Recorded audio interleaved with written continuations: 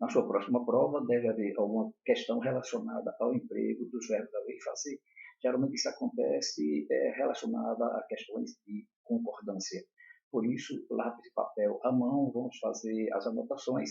Assista esse vídeo pausando para que você possa com calma refletir e anotar o que for necessário. Se você tiver alguma dificuldade em compreender o assunto, é essencial que você nos informe imediatamente. Nós trataremos de organizar uma maneira sistematizada, né, um atendimento que você possa aprender isso ainda agora.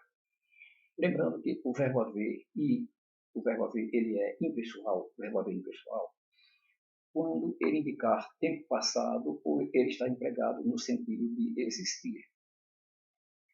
Fica bem atento, porque se isso acontecer, ele não pode ir para o plural, ele só pode ser empregado na terceira pessoa do singular. Observa o que acontece com a frase deve haver justificativas para a decisão. Observe que nós não podemos construir essa estrutura com esse verbo no plural. Devem haver, não é possível. Deve haver justificativas, lembrando que quando o verbo haver significa existir ou indica tempo passado, o verbo auxiliar que o acompanha também não pode ir para o plural. Então, portanto, não pode acontecer, lembra isso na hora da prova, não pode acontecer devem haver, deve haver.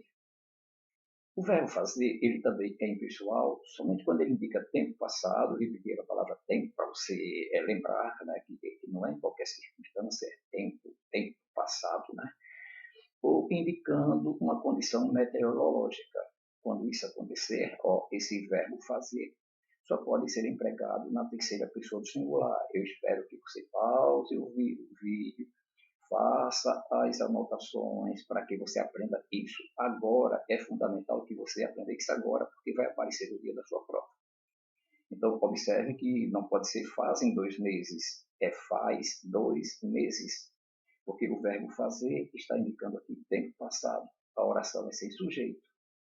Lembra que quando esse verbo, o verbo fazer e o verbo haver estão empregados nos sentidos que nós falamos, eles não têm sujeito. A oração é oração sem sujeito.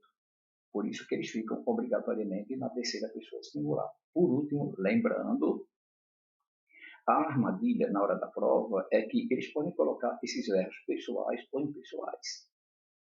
Isso vai mudar, né?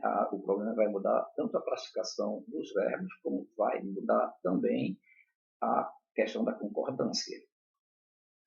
Quando esses verbos que nós falamos, haver e fazer, não forem empregados nos sentidos a que nós fizemos referência, em qualquer outro sentido, eles terão sujeito, olha, verifica que há um sujeito determinado, e eles deverão concordar com o sujeito. Então, aparecendo com qualquer outro significado, diferente do que nós falamos, haver e fazer que são pessoais, isto é, eles têm sujeito e concordam com esse sujeito. Portanto, aqui no caso, nós teremos, elas haverão de viajar, né? O verbo haver que está empregado no sentido de ter, concorda com o sujeito, e eles fazem as tarefas, fazer aqui está no sentido de executar. Então, nesses sentidos, eles são pessoais, então eles concordam normalmente com o sujeito. Se você tiver alguma dúvida, eu lembro, é importante você nos comunicar para que nós possamos proceder com alguma outra explicação, um outro formato de explicação, o reenvio de algumas frases, repetição, para que você possa aprender isso aqui. E com certeza aparecerá alguma questão relacionada a este assunto na sua próxima prova.